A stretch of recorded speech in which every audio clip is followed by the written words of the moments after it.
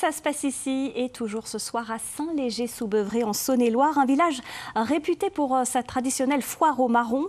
Et il y a une grande nouveauté cette année puisque 7 producteurs viennent de lancer une toute nouvelle marque, la Châtaigne du Morvan. Sébastien Quérou nous fait découvrir tout cela.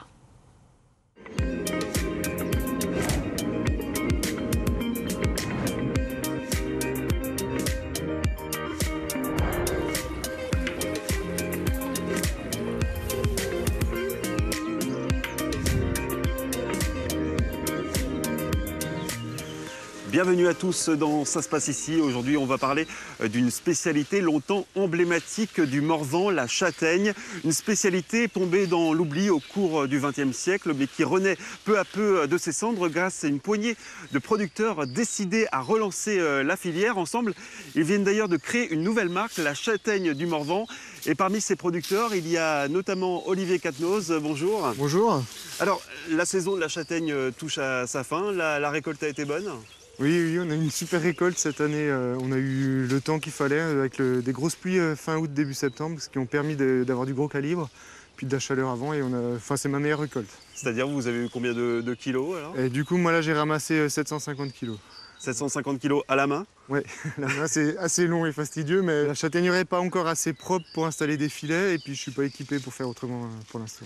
En tout cas, je crois qu'ici, les châtaigniers qu'on voit autour de nous, ils sont très vieux. Hein. Oui, c'est des châtaigniers qui ont plus de 150 ans, donc c'est là qu'on voit que c'est un patrimoine qui est présent dans le Morvan, quoi. Et il y en a un peu partout, surtout dans le sud Morvan. Et c'est des châtaigniers qui ont été abandonnés peut-être dans les années 40-50. Et moi, je suis arrivé en 2011, et à l'époque, c'était une futaie, quoi. Donc on s'est acharné à tout nettoyer, à couper tous les rejets, à débroussailler pour essayer de redonner une production à cette châtaigneraie. La châtaigne du Morvan, elle a ses propres caractéristiques ou pas du tout ?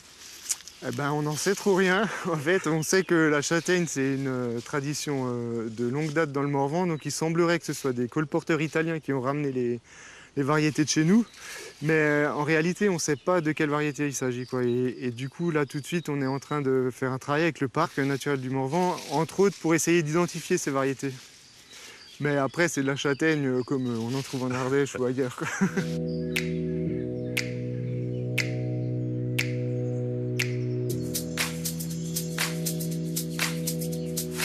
Et nous sommes maintenant en compagnie d'une deuxième productrice de châtaignes. Bonjour Ingrid Berthier. Bonjour Sébastien. Vous faites partie du collectif de 7 producteurs qui s'est regroupé pour former la marque La Châtaigne du Morvan. Qu'est-ce qui vous a poussé à vous regrouper justement ? Alors il faut savoir que pour la plupart, on se connaissait déjà avant la création de ce collectif. On avait des affinités. Et ça a été tout naturel qu'on commence à se regrouper pour échanger des informations, faire de l'entraide. Et puis petit à petit est venue l'idée de formaliser les choses. Et ça a pu se faire en lien avec le parc qui est venu nous soutenir dans cette démarche-là.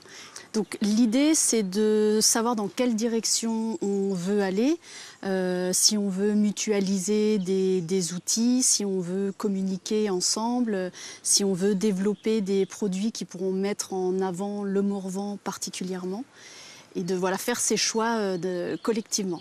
Ça permet aussi de développer des partenariats avec d'autres. Donc, par exemple, Olivier Sablot, lui, il travaille avec la boulangerie de Saint-Léger-sous-Beuvray, où ils font une bûche de Noël avec sa crème de marron. Je sais qu'Anselme, il travaille avec un éleveur pour faire de la glace au marron. Et de diffuser cette marque, ça permet aussi de favoriser ce genre d'éleveur. On a aussi été sollicité par des restaurateurs, par, il me semble, Bernard Loiseau à Saulieu. Bernard Loiseau qui nous a pris de la châtaigne en frais pour travailler le produit directement en cuisine. Ouais. Olivier, est-ce qu'on peut imaginer une filière durable de la châtaigne dans le Morvan ? Oui, je pense. On a vraiment un potentiel de production qui est présent. Après, il faut trouver des travailleurs pour le faire. Après, on espère aussi que le climat va permettre de continuer à produire des marrons pendant longtemps. C'est une grosse incertitude. On a pour le moment un gros enjeu de rénovation de nos châtaigneraies, puisqu'on a pour la plupart des châtaigniers qui sont anciens et qui ont été abandonnés pendant pas mal d'années. Donc il y a déjà un travail de restauration de ces châtaigneraies et de plantation de jeunes châtaigniers pour que ça puisse perdurer dans le temps.